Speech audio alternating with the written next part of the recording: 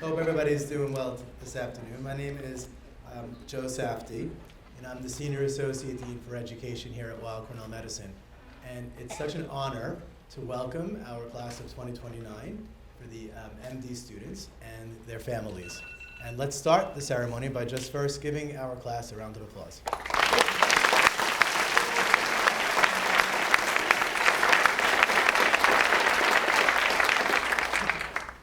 So like I said, I'm Joe Safdie. I'm Senior Associate Dean for Education, and I'm also the Richard Cohen Professor of Medical Education, and Dr. Cohen is here. We'll introduce him a little bit later. I'm also Vice Chair for Education, and I'm a neurologist, a professor in the Department of Neurology. Students, it's an honor to welcome you to Weill Cornell Medicine and to this remarkable milestone in your journey. Today, you're going to put on your white coats for the very first time, and with it, you're going to step into a profession built on trust, service, humility, and responsibility. And we can't wait to see how you all grow into your white coats over the next 4 years with us. Now, I can give a traditional welcome speech about how this white coat makes you a healer, a leader, a hero. That's not really my style, and that's not really the whole truth. So instead, I want to tell you about my fish tank. I started my fish tank during COVID because, well, what else was there really to do? And what began as a pandemic project became something much more. In a time of uncertainty, it gave me a sense of control, of rhythm, of life continuing. And over time, I began to see it not as just a tank, but as a metaphor for so much of what we do in medical education. You see, when you care for a tank, you quickly learn that the fish are just the most visible part. What matters just as much as everything else: the water quality, the filtration, the oxygenation, the chemical balance, the invisible systems that keep the environment healthy. And if something goes wrong, it's rarely because one fish was flawed. It's because the system was out of balance. Now, I promise you're here for an MD degree, not a PhD in marine biology, so don't worry. This isn't just about fish. You probably figured that out. But medicine is also an ecosystem.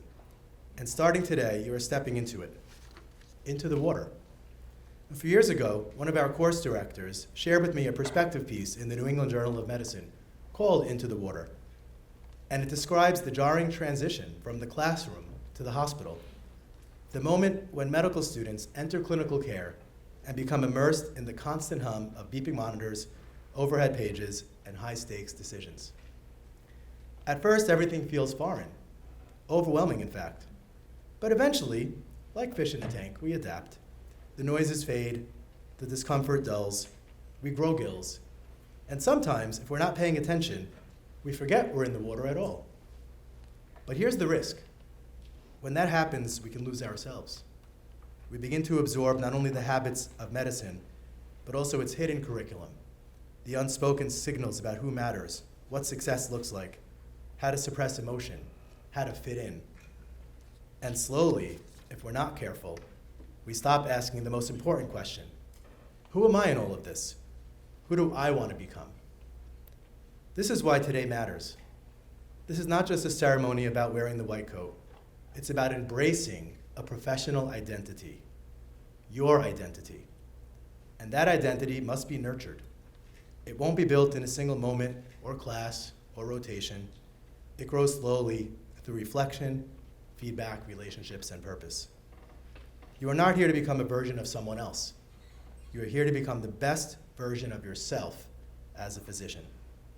And part of my job, and the job of every educator and mentor you'll encounter, is to help you with that, with honesty, curiosity, and support. So in my fish tank, I still test the water weekly. I adjust the filter, I monitor the balance, because the fish can't thrive unless the system supports them. Neither can students. Neither can patients. Neither can we. So today I invite you to embrace the water, but don't forget to notice it. Don't stop asking questions. Don't ignore what feels off. And above all, don't assume that empathy and identity are things that you have to trade away to become a great physician. In fact, they are the very things that make you one. The white coat is not a costume. It's a commitment to your patients, yes, but also to your values, your voice, and to your evolving identity. Wear it with pride, but most importantly, wear it with awareness. Welcome to Weill Cornell Medicine. We are so proud to be in the water with you. So now I'm going to introduce a very special group of faculty participants who will assist our new students in donning their white coats as the first step in establishing their professional identities as physicians. Each of these faculty members embodies excellence in our profession and showcases to you, the class of 2029, the range of what is possible here at Weill Cornell Medicine. So when I say the name of each faculty member, I ask that they stand, and then you certainly can give them a hearty round of applause at the end. So we'll start with Dr. Erica Abramson, who is the Gertrude File Associate Dean of Curricular Affairs, Professor of Pediatrics, and Professor of Population Health Sciences.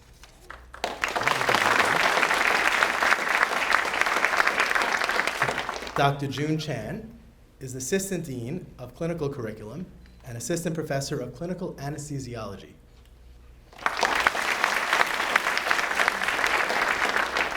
Dr. Salvatore Silmi is the Ehrenkranz Associate Dean of Academic Affairs and Assistant Professor of Medicine.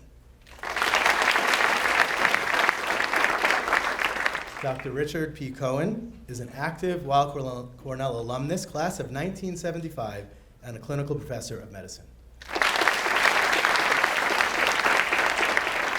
Dr. Joseph J. Finns, who you all met this morning, another Weill Cornell alumnus, class of 1986, and this is a lot, so we're going to read it though, because he deserves it all, is the E. William Davis Jr. Professor of Medical Ethics, and he holds professorships in several departments, including medicine, medicine and psychiatry, medical ethics in neurology, medical ethics in rehabilitation medicine, and population health sciences. And our students did have the opportunity to meet Dr. Finns this morning as he led their session on the Hippocratic Oath, so we thank him for that. Dr. Dana Gurevich is the Assistant Dean of Student Professional Development and an Assistant Professor of Associate Professor, she was promoted, I should mention that, of Clinical Anesthesiology.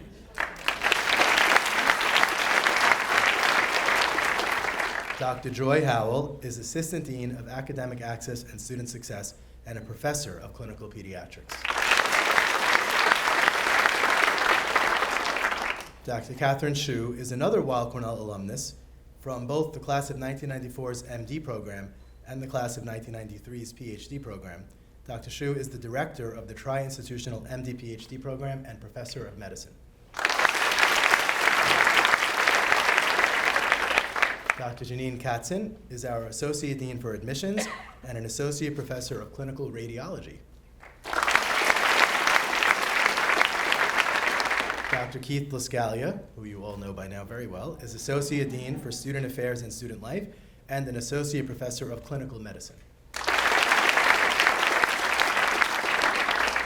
Dr. Jennifer Arali is Assistant Dean for Medical Education Operations and Accreditation and an Associate Professor of Clinical Medicine. Dr. Geraldine McGinty is the E. Darracott Vaughn Jr., MD, Senior Associate Dean for Clinical Affairs, Senior Associate Dean for Faculty, and Professor of Clinical Radiology and Population Health Sciences. Dr. Paul Miskovitz, another Weill Cornell alumnus, class of 1975, and a past president of our Alumni Association, is Clinical Professor of Medicine, and it is in his name that the Moss Family Foundation has established the Stethoscope Fund.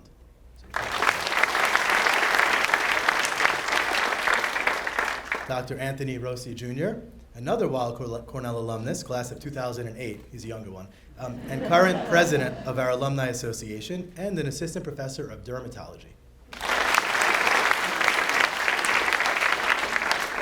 Dr. Anthony Sclafani is assistant dean for admissions and a professor of otorhinolaryngology, head and neck surgery.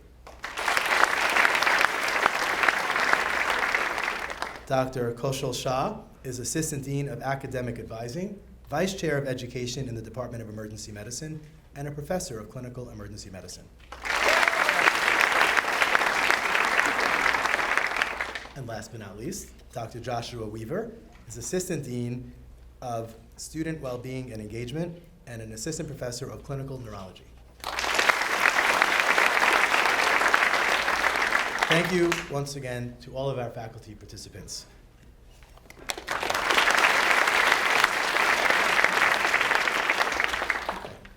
I'm now going to introduce our keynote speaker, Dr. Sally Permar. Dr. Permar is the Nancy C. Paduano Professor and Chair of Pediatrics at Weill Cornell Medicine and Pediatrician-in-Chief at New York Presbyterian Hospital, Weill Cornell Medical Center. She is also a Professor of Immunology and a microbial pathogenesis at the Weill Cornell Graduate School of Medical Sciences. She received her MD from Harvard Medical School, a PhD in microbiology and immunology from Johns Hopkins Bloomberg School of Public Health, and a fellowship in pediatric infectious disease at Children's Hospital in Boston. After serving as an assistant professor of pediatrics at Harvard Medical School, she joined the Duke University School of Medicine faculty, where she rose the ranks and was named the Wilbur C. Davidson Distinguished Professor of Pediatrics. With more than 15 years of experience in her field, she is a physician scientist focused on prevention and treatment of neonatal viral infections and leads a laboratory investigating immune protection against vertically transmitted viral pathogens, including HIV and cytomegalovirus, or CMV. We are so grateful for Dr. Permar's leadership. Please join me in welcoming her to the podium.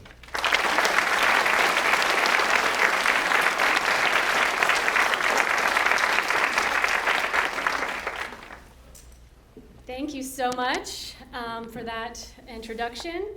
And I want to say to our honorees, the class of 2029, to the loved ones who are here with you in the room, but also maybe on the second floor and with you in spirit. And then to the fellow leaders in our medical education and colleagues, welcome to this white coat ceremony today. And I want to be among the first to say congratulations to the class of 2029 and all that brought you here for this big moment that you're about to take on. And I want to take this time, I'm so honored to be your white coat speaker. I want to take this time to talk about what this moment means, what it signifies in the course of your career, and how the passion that brought you here can be turned into action, and the benefit of humanity stands before you. So you had to be good at about everything you did up to now before you got in this room. You had to be good at grades. You had to be good at standardized testing. You had to have a good full slate of extracurriculars. And most importantly, you had to have good intentions to serve others. You leaned on family, you leaned on friends, you leaned on mentors, you leaned on sponsors. You wanted to see more good in the world, and you wanted more health, fewer disparities, more joy, less injustice. And the white coat is the culmination of all of that good work that brought you here. But it's also the beginning of so much more. But you're beginning at a time when good is somewhat under siege. Expertise is being devalued. Wellness is being commodified without a lot of evidence. Ruthlessness is being mistaken for strength. And your white coat may feel less empowered than maybe it did when you started on this path.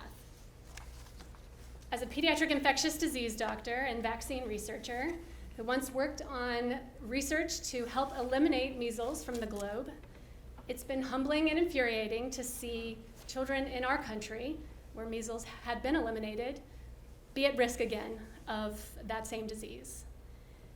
And it's even more frustrating to realize that vaccines that I work on in the laboratory will not work if people do not give us their arms to put them in. In your career, you will face injustice, you'll face unmet needs, you'll face problems without solutions. You'll meet patients and colleagues who will inspire you to make that different. There'll be patients who don't have cures for their diseases, patients whose treatment left them with terrible side effects, and children who are struck with disease or even deadly diseases in early life. And you'll see social and even political determinants of health as the root of disease, even the root of the outcomes of treatment and loneliness in our population. But at least one, and maybe scores, of those patients will inspire the good that is wrapped up in a white coat that will become your passion. That patient who inspires you to take this goodwill that you brought with you to turn into a passion that then can be trained and informed and ready for action. And when you decide to refuse the status quo and the outrage that something should have a solution, that a problem is so apparent that it should have already been solved, that is when your white coat is your tool to turn your passion into action. For me, that passion was born of clinical experience, and it came in stages throughout my career. My path began as an undergraduate volunteer at a mission hospital in a rural part of Zambia, in sub-Saharan Africa, where the AIDS pandemic, the pandemic of that time, was really at its peak. I saw HIV devastating families.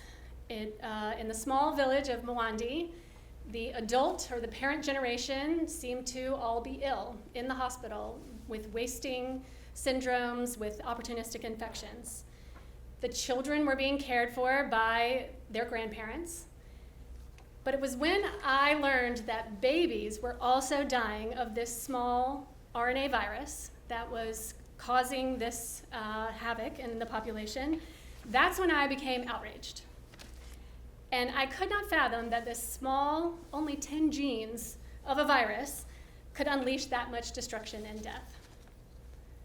But later in that trip, I had a different experience where another small RNA virus was taking advantage of the chaos and the weakened immunity that HIV had brought. It was measles that was circulating in that region, and numerous children were being hospitalized. In fact, the children's ward had to be emptied of all the other things that they were trying to treat in children to be set aside as a measles isolation ward. And children impacted by HIV were presenting differently with measles. Either they didn't have a rash or they had a different kind of rash, and that was preventing the healthcare workers from diagnosing it appropriately and isolating appropriately. I thought, how much worse can it get for this population that had no margin to respond to another health crisis? But then I saw passion turn into action in a white coat. It was a young Zambian doctor that I had seen spent hours upon hours rounding on those sick adults that were in the hospital with TB and pneumonia who sprang into action. His white coat was literally blazing. And he called all able hands at the hospital, including undergraduate volunteers, and sent us out in pairs with coolers that was filled with vaccines, measles vaccines. And we were told to report to the largest tree in a nearby village and to vaccinate every single child that was above 6 months of age. And it was mothers who carried their children or enticed them along, sometimes to travel for miles, even overnight, and they lined up in droves to give us their arms to put the vaccine in. And that's where passion meets action and meets hope. And then it hit me that the hope to overcome this devastation inflicted by HIV was a vaccine. And in fact, it's vaccines that have been the most effective life-saving tool that the white-coated profession has ever given humanity, to the tune of hundreds of millions of lives saved. And so I left that experience in Zambia with a passion and a path to action to become a vaccine scientist. I sought a PhD in immunology with mentors who worked on important vaccines for diseases such as HIV and measles and rotavirus. And after meeting pediatrician scientists who saw sick kids in the hospital with RSV pneumonia and then came to the laboratory and worked on that vaccine for RSV, that was when I realized I needed to pursue a medical degree. So I pursued an MD with a specialty in pediatrics, and despite being told that real scientists go into adult medicine, you don't always have to listen to your mentors, I chose pediatrics because I thought, why would you wait to provide lifelong immunity until someone has aged? Isn't that why we give vaccines, most of them to children? It was innovations in HIV therapies led by fellow white coats that changed a disease that was a death sentence that I saw in my undergraduate years into a chronic lifelong illness. And then the vaccine pursuit became one of the greatest immunologic challenges of our time. I still work on that vaccine today, along with hundreds of others of vaccine scientists, still set on solving that immunologic challenge that will end the HIV pandemic. But it was another silent epidemic in babies that caught my attention as a white coat wearing trainee. In my pediatric infectious disease fellowship, I was assigned the perinatal infection clinic. It specialized in treating infections that struck at the earliest stages of life. What shocked me was that nearly every child we saw had the same infection. It was a little-known virus called cytomegalovirus, or CMV. We can't just use the acronym because not enough people know about it. Children infected with CMV before birth present with hearing loss, brain abnormalities, developmental delays, even autism, from a silent virus that their mother came in contact with unknowingly, likely without symptoms. And it's remarkably common. It was not only in my clinic how common it is, it occurs in 1 out of every 200 newborns. And that's across the globe, in our country and in every country. I stopped in my tracks, realizing the loss of potential for these children would be preventable with a vaccine. And while I knew a number of vaccine researchers, I didn't know any who were studying this infection. And for something so common, impacting children at the dawn of life, that made me outraged. So I used the power invested in my white coat to take on CMV. I had all the tools through investments in my white coat to read the literature, see where the field had stalled, to use my vaccine research training and clinical training to bring together a group of colleagues who, with the right expertise, and to produce a proposal of how to study this devastating infection in a way that had never been studied before. Thanks to peers who believed in what we wrote down and publicly funded medical research, to make a difference for a silent epidemic in babies, today I'm a funded CMV vaccine researcher. And as a field, we are awaiting the first ever results from a phase 3 trial later this year.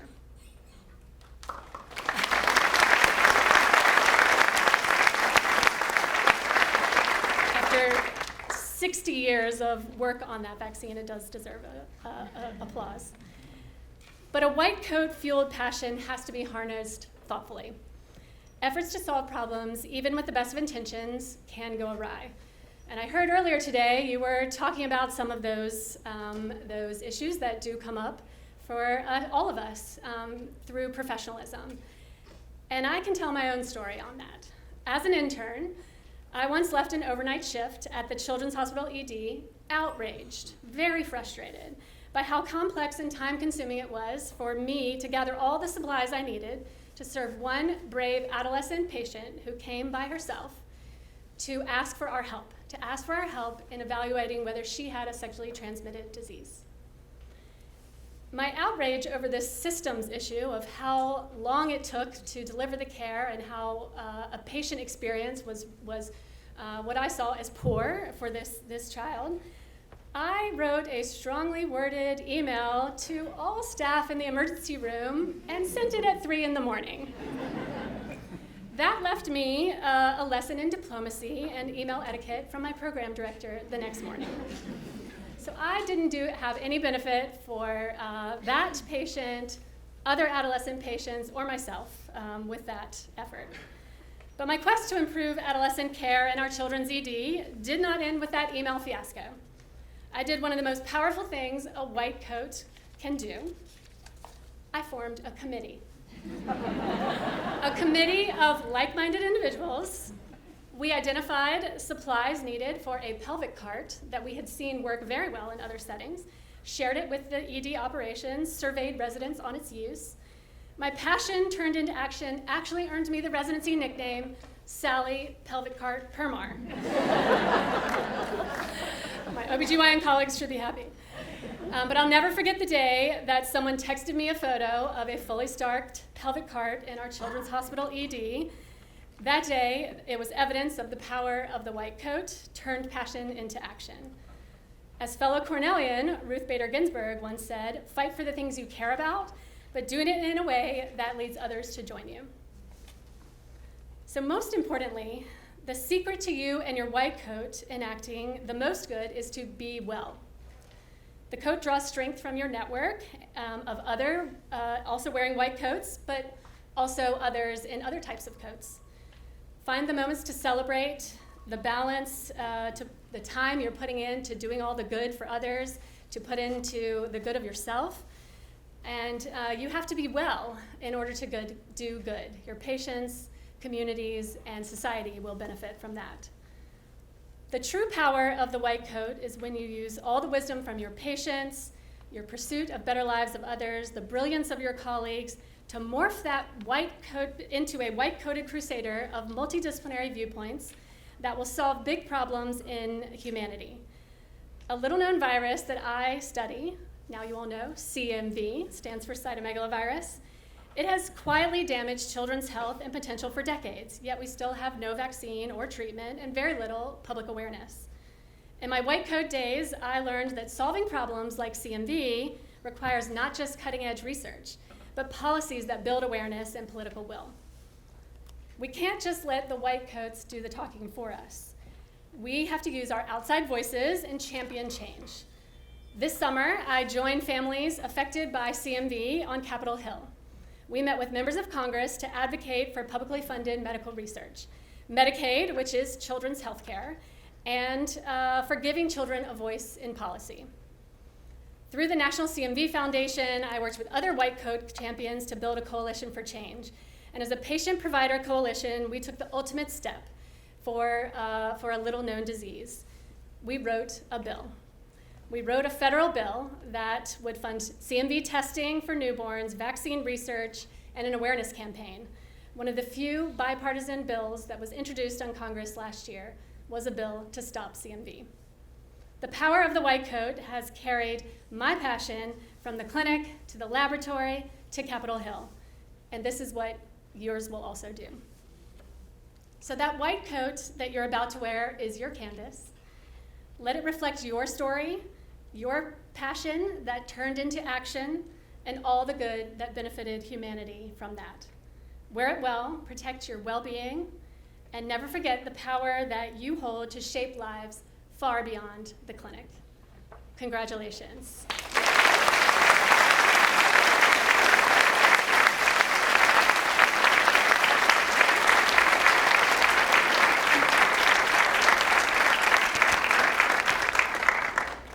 Thank you so much, Dr. Permer, for those really inspiring words. And if the students had pens, they would be writing that down because that might be on their first quiz, but it won't, I promise.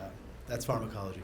So it is now an honor to reintroduce Dr. Geraldine McGinty, the E. Darracott Vaughan, MD, Senior Associate Dean for Clinical Affairs and Senior Associate Dean for Faculty, who will introduce and read the Hippocratic Oath. In our profession, it is an ancient custom that no one may be admitted into the ranks of physician who has not first expressly accepted its responsibilities as set forth in an oath. At Weill Cornell Medical College, as in many other medical colleges, we use an oath that bears the name of Hippocrates. In the 2,000 years since its creation, the Hippocratic Oath has been revised many times to reflect changes in the practice of medicine while remaining faithful to its fundamental values. Students, you will not take the oath until your graduation. Nonetheless, on this day when you don your white coats for the first time as medical students, I will read it all, so you can hear, and as you listen to the oath, I ask you to reflect upon its meaning. The Hippocratic Oath. I do solemnly vow to that which I value and hold most dear, that I will honor the profession of medicine, be just and generous to its members, and help sustain them in their service to humanity. That just as I have learned from those who preceded me, so will I instruct those who follow me in the science and the art of medicine. That I will recognize the limits of my knowledge and pursue lifelong learning to better care for the sick and prevent illness. That I will seek the counsel of others when they are more expert, so as to fulfill my obligation to those who are entrusted to my care. That I will not withdraw from my patients in their time of need. that I will lead my life and practice my art with integrity and honor, using my power wisely. That whatsoever I shall see or hear of the lives of my patients that is not fitting to be spoken, I will keep in confidence. That into whatever house I shall enter, it shall be for the good of the sick. That I will maintain this sacred trust, holding myself far aloof from wrong, from corrupting, from the tempting of others to vice. That above all else, I will serve the highest interests of my patients through the practice of my science and my art. That I will be an advocate for patients in need and strive for justice in the care of the sick.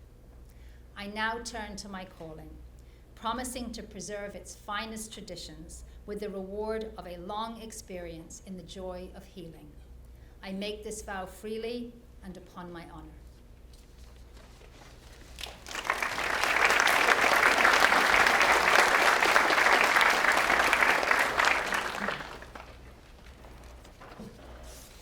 Thank you, Dr. McGinty. I would now like to invite Dr. Janine Katzen, our Associate Dean for Admissions, to come to the podium.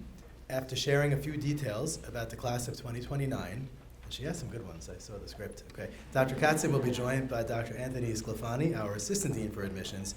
They will read the names of each group of students and the faculty coders who will help our students don their first white coats. Students, after you receive your white coats, please come to the side of your stage and pick up your stethoscopes. Now I'd like to turn the ceremony over to Dr. Katzen.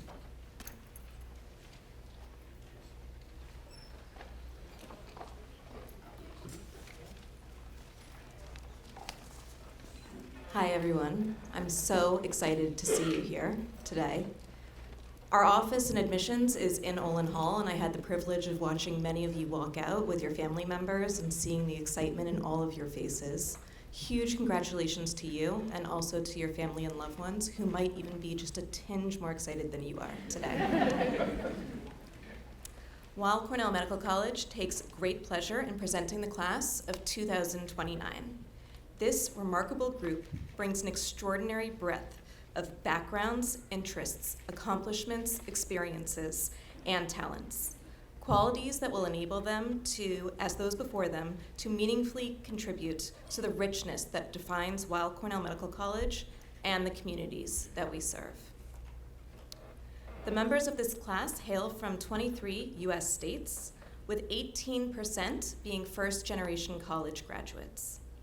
They attended 51 different undergraduate institutions, 9 were collegiate athletes, and over 10% have earned advanced degrees.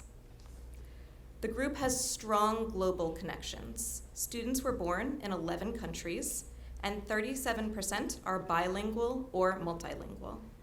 They have lived, studied, and worked in Argentina, Australia, Bangladesh, Canada, China, Colombia, Costa Rica, the Dominican Republic, Fiji, Germany, Ghana, Hong Kong, India, Jamaica, Japan, Kenya, Mexico, Nigeria, Pakistan, the Philippines, Rwanda, Singapore, South Korea, Switzerland, Taiwan, Trinidad and Tobago, Uganda, United Arab Emirates, the United Kingdom, and Venezuela. And you'll let me know if I missed any afterwards. Members of the class have engaged in service and educational programs such as Teach for America, the Peace Corps, AmeriCorps, and the Fulbright program. They share the virtues of service, leadership, and community engagement, qualities that will serve our patients well. Discovery is another hallmark of this group. Collectively, they have participated in over 270 research experiences and contributed to more than 60 publications. You are truly a remarkable class. We are eager to see the energy and vibrancy you will bring to Weill Cornell Medical College. We warmly welcome each of you and look forward to your continuing the legacy of engagement, discovery, intellectual curiosity, collaboration, and service that define our community. I would like to invite Dr. Anthony Sclafani, our Assistant Dean for Admissions, to join me in reading the student names. As we call your names in groups of 4, please proceed to the stage to receive your white coats. I'd like to call up the first group of coders, Drs. Safdie, McGinty, Permar, and Rossi.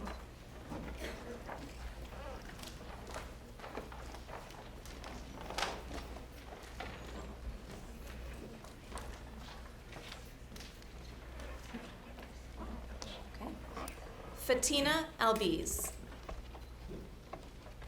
Annabelle Alpar, Afreen Ansari, Kusala Anupindi.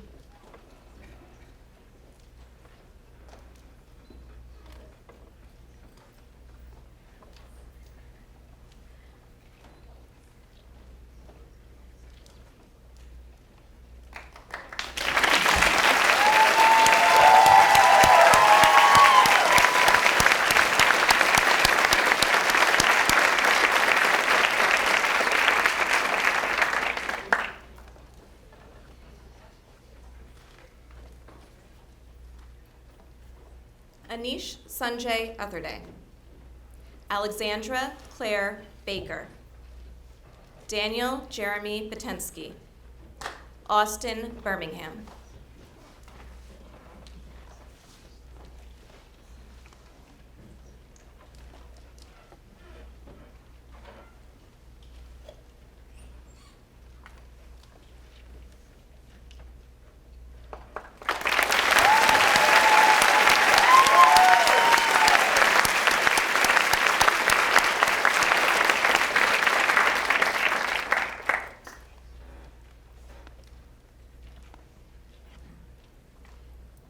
Intat Boon Pongmani, Delaney Harrell Bostwick, Julia Jacqueline Britton, Eliza Morgan Brody.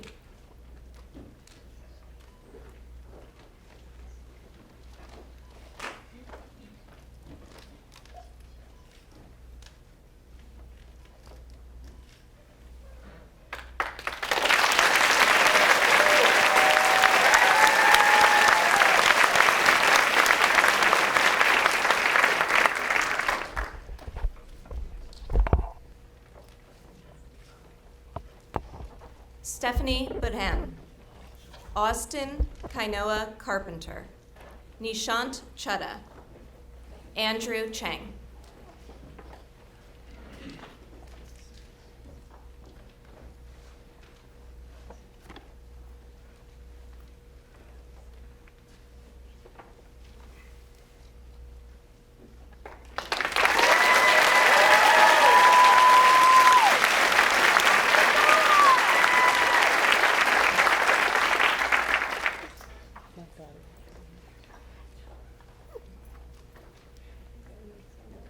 Harrison J. Chen, Jacqueline Cho, Emma Melanie Sismus, Maria Mercedes Corredor Diaz,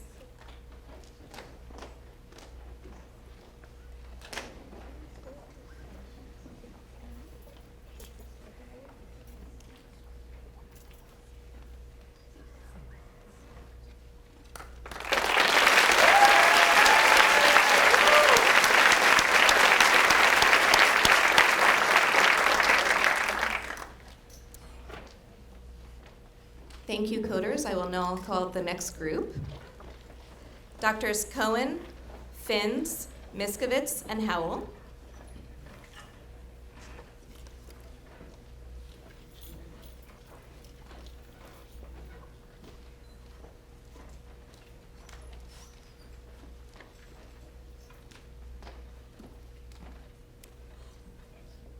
Catherine Dang. Olaya Duato Betcher, Rashane O'Brien Dunn, Cecilia Eggleston,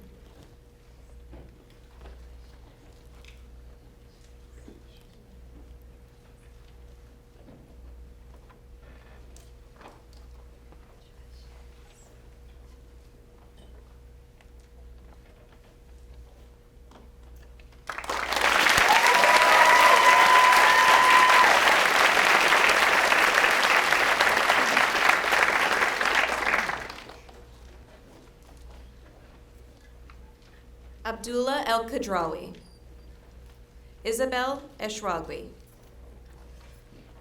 Katie Parker Hannon, Emma Hartman.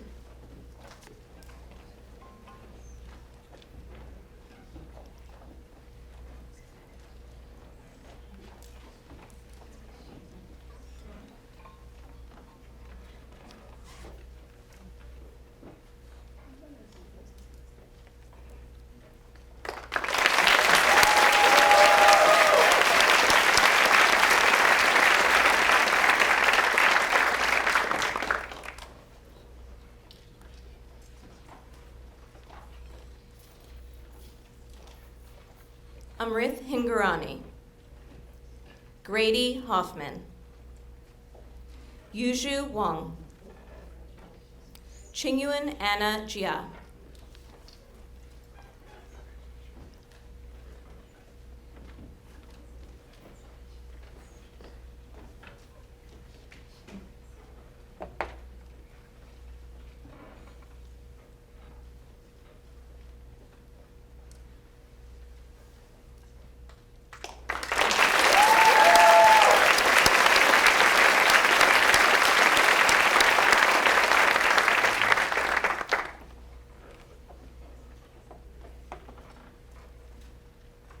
Jasmine Johnson, Catherine Sarah Jones, Ruth Hendry Jones, Jed Harris Kaiser.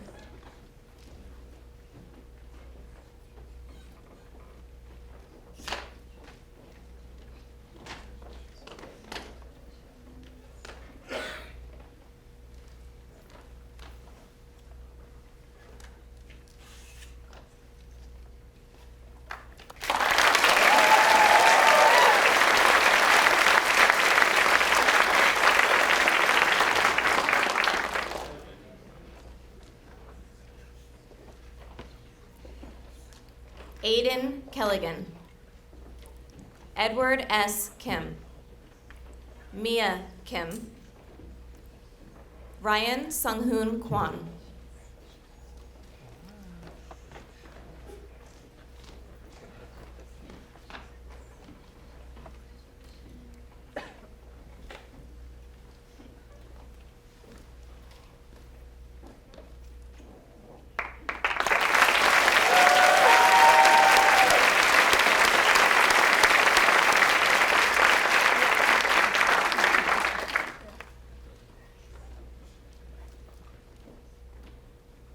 Thank you to our second group of coders.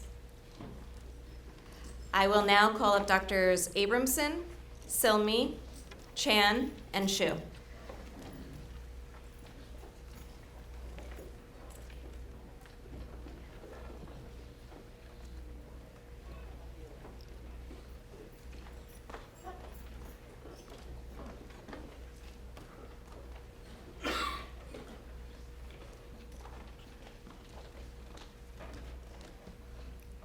Pooja Lawani,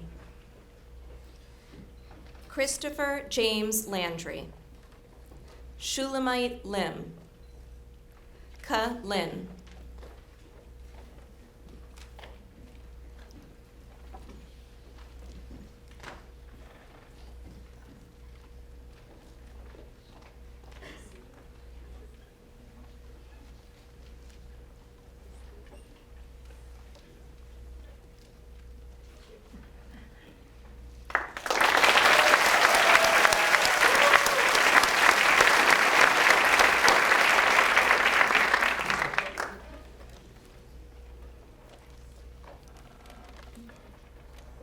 Andre Lindsay, Ashley Lowe, Kelly Tran Long, Andrew Liu.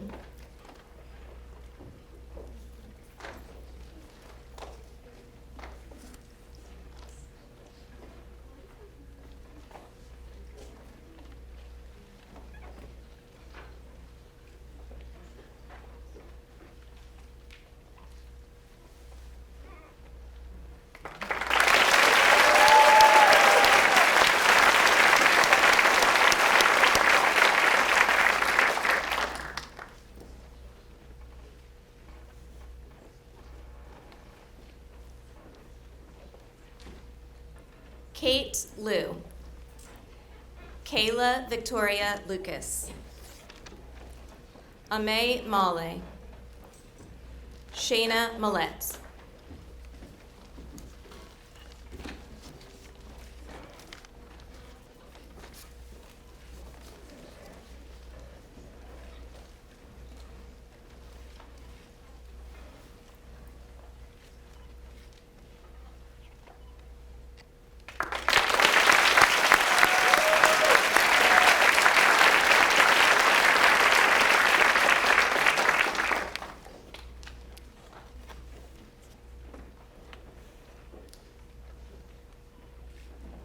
Sarah Mansour, Anya Marie Mascarenas, Riley Shea McGonigal, Ryan Mikami.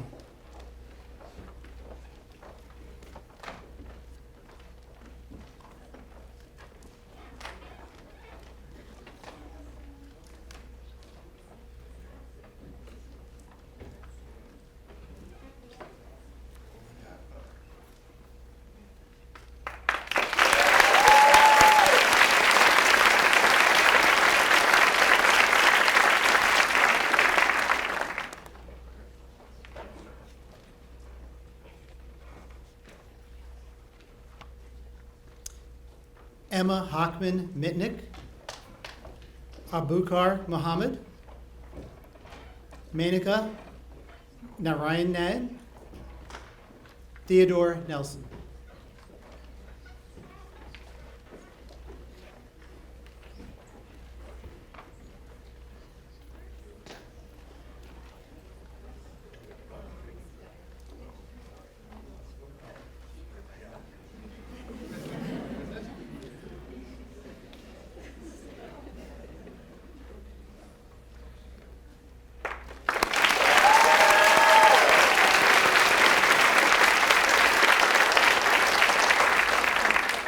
Thank you, coders.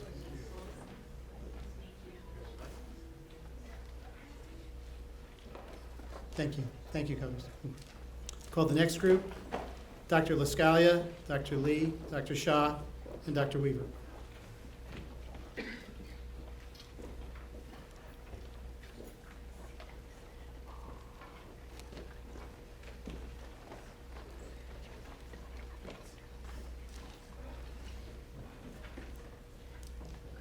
Tet Ong Lang Ying, Stephanie Nino de Rivera, Chinedu Smart Odedo,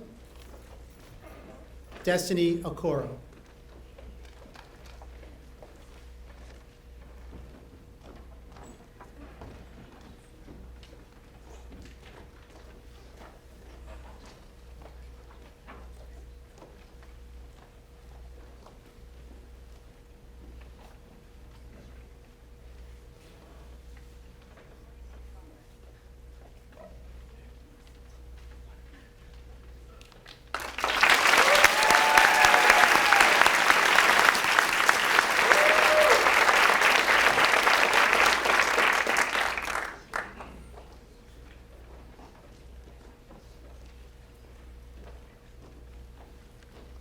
Benjamin Persons, Aaron Powell, Isabel Powers, Paulina Truszkońska.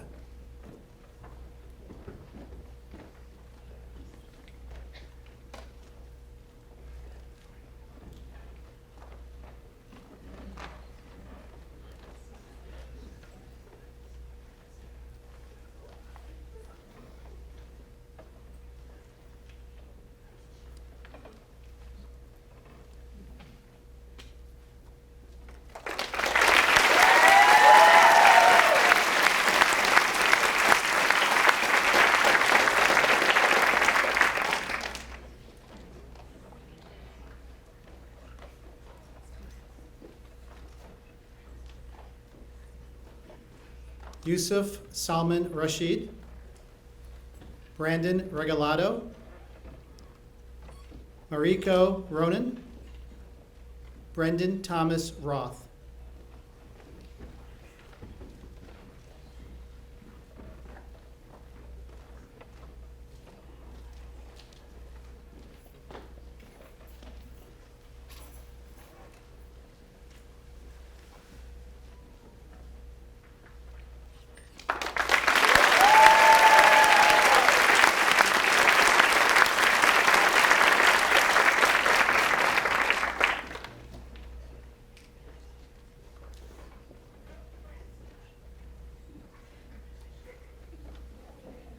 Jacob Roy, John Christopher Sauter, Emma Seibert, Omna Shafiq.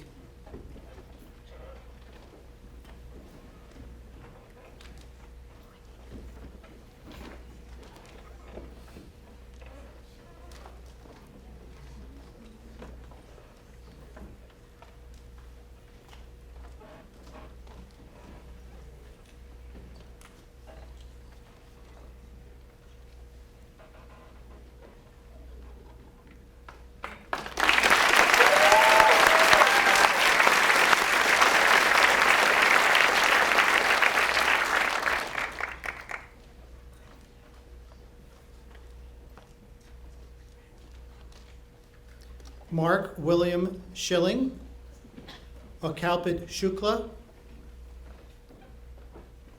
Vinash Singh, Manchu Siu.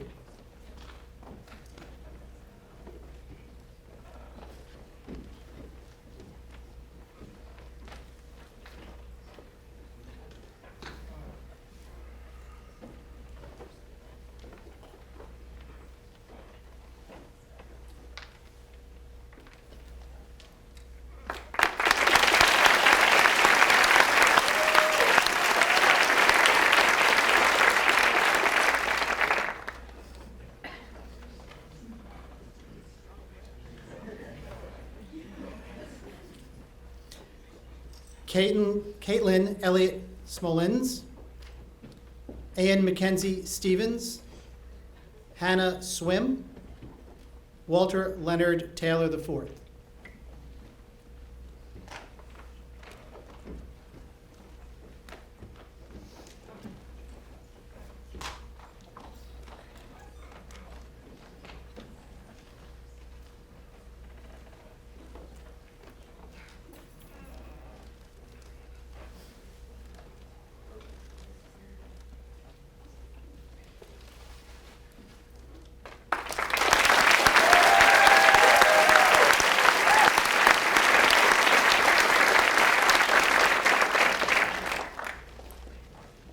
Thank you, Deans Lee and Shaw. And I'd like to call up Deans Gurvich and Howell.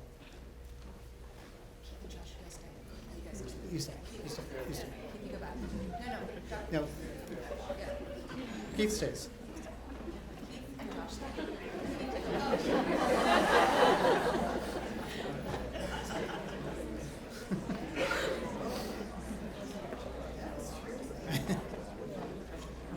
Peyton Chen Thompson, Elise Tran, Elias Gregorio Zoc Pacheco, Aaron Ukar.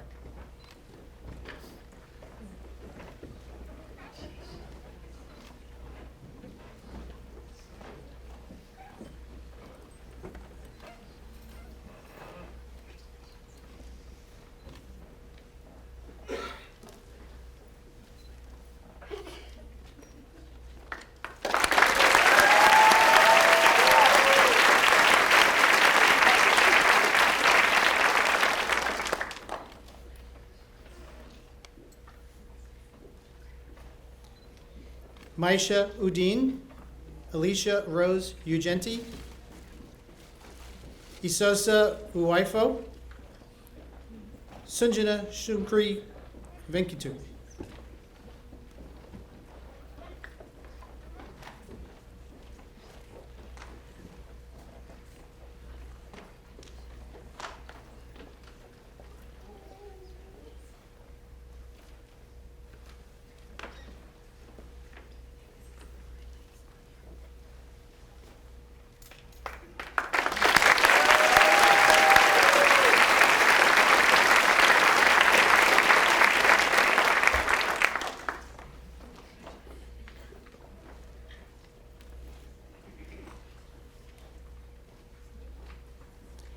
Jennifer Rachel Weiss, Lily Wolf,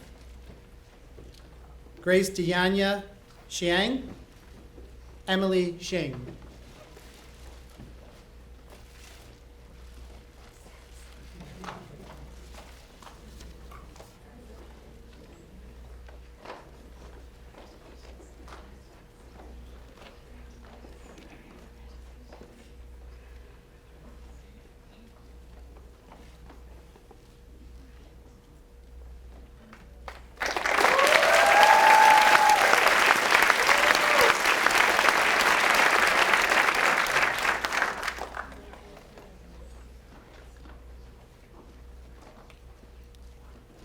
Xiaoyi Singh, William Jun Shu, Daniel Yi, Angela Yoon.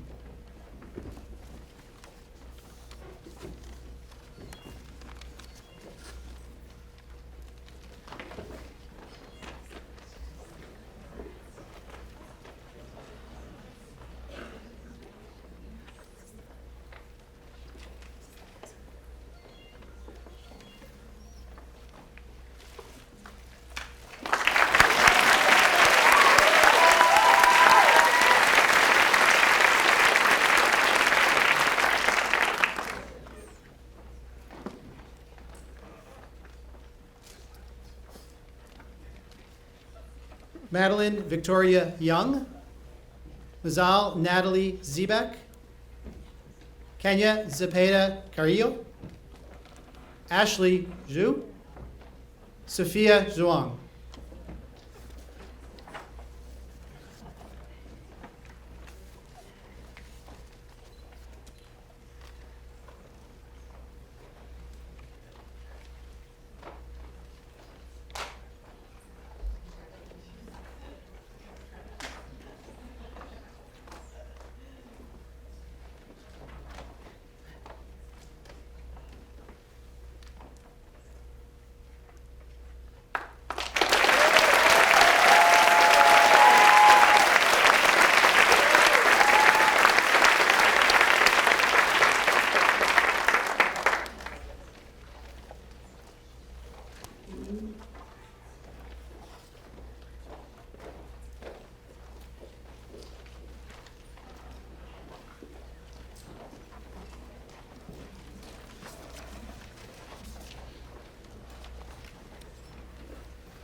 Thank you so much to our admissions deans.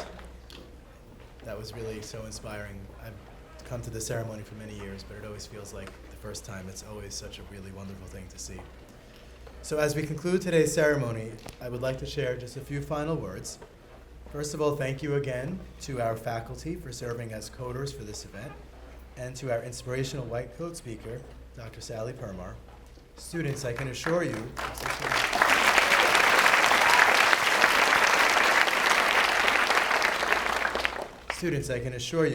that our coders represent the best of Weill Cornell Medicine and the dedication of our faculty to students at Weill Cornell. I would also like to take a moment to acknowledge the efforts of our admissions team under the leadership of Dr. Janine Katzen and Dr. Anthony Slafani for their work in selecting and ushering in this impressive new class of medical students.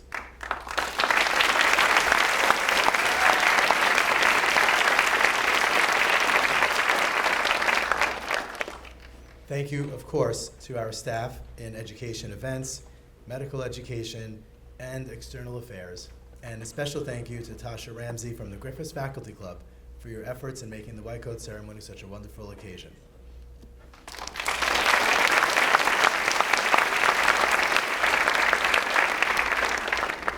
And a heartfelt thank you to the Moss Family Foundation for the white coats and the stethoscopes you received today, given in honor of Dr. Paul Miskovitz, Clinical Professor of Medicine and an alumnus of Weill Cornell Medical College from the class of 1975. This ongoing commitment to Weill Cornell serves to strengthen our Weill Cornell family. Thank you to the Weill Cornell Medical College alumni who have generously supported the Stethoscope Fund as well.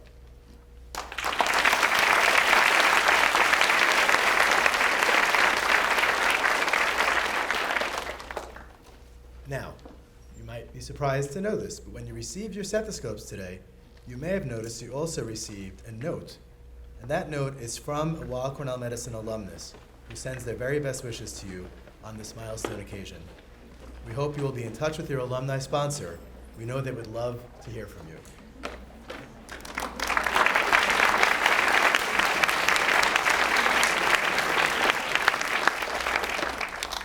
Thank you as well to the family members and loved ones who have supported the aspirations of our students. We know they would not be here without you. I think, students, you should give your family members a round of applause.